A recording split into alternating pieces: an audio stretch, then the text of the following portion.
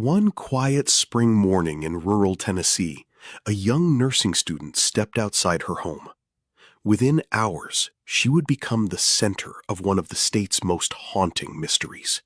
April 13, 2011 began like any other day, but shortly after sunrise, everything changed. A neighbor heard a scream from the Bobo residence. The neighbor called his mother to tell her about what he heard, and the mother, in turn, called Bobo's mother, Karen, at work.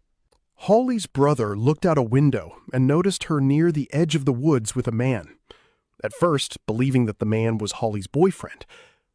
A short time later, after speaking with his mother and growing concerned, Clint retrieved a pistol and went outside to investigate.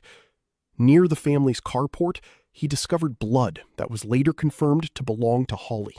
Investigators soon arrived at the family's property and began searching for clues. The case immediately transformed from a missing persons investigation into a suspected abduction. Law enforcement launched one of the largest search operations in Tennessee history. Days passed with no sign of Holly, then weeks, then months. Years passed as detectives continued to pursue every possible lead. Then, in 2014, the investigation finally gained new momentum. Witness statements and evidence began pointing investigators towards several local suspects. Authorities arrested Zach Adams. As the investigation expanded, additional individuals were implicated. But investigators were still searching for answers about what had happened to Holly. In September 2014, a heartbreaking discovery was made in a remote wooded area of Tennessee.